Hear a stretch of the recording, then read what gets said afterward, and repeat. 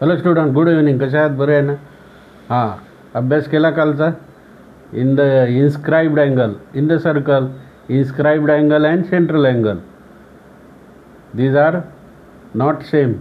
If the inscribed angle is 30 degree, then the central angle will be 60. दुप्पट. त्याच्या किती होतं? दुप्पट. हे सूत्र सांगितलेलं आहे काल, बरोबर? आता तेच आहे, in the circle same segments, two angles are equal. हे एकच वाक्य लक्षात ठेवा. In the circle same segment. बघा इथे हा सेगमेंट आहे का नाही? हा, इथं मी दाखवतो तुम्हाला. हा segment in the same segment, P R हा सेम सेगमेंट आहे का नाही?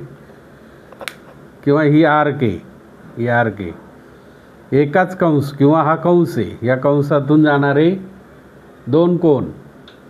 आता इथं काय आहे? Angle P Q R is equal to 45 degree. Difference between angle P Q R and angle P S R. Angle P Q R and angle P S R.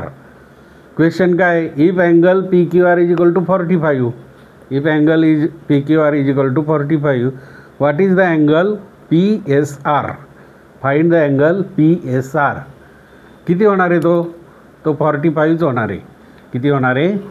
45 degree होणार आहे. का? कारण काय? कारण angles in the same segments are equal. Angles in the same segments are equal. 45 एकाच कंसातून जाणारे दोन्ही कोण कसे असतात?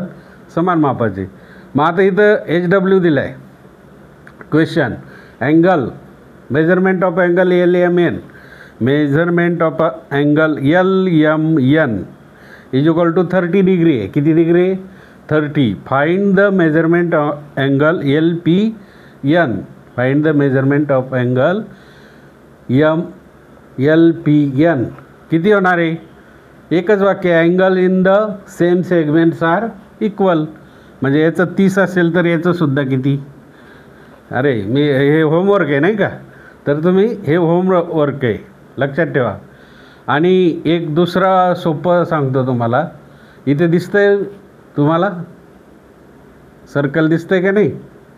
हा इन्स्क्राइब्ड अँगल आहे. समजा कोणता अँगल आहे? इन्स्क्राइब्ड. समजा ABC. तर हा 40 आहे. किती आहे? 40 आहे. हा सेंट्रल आहे C. इथं D द्या.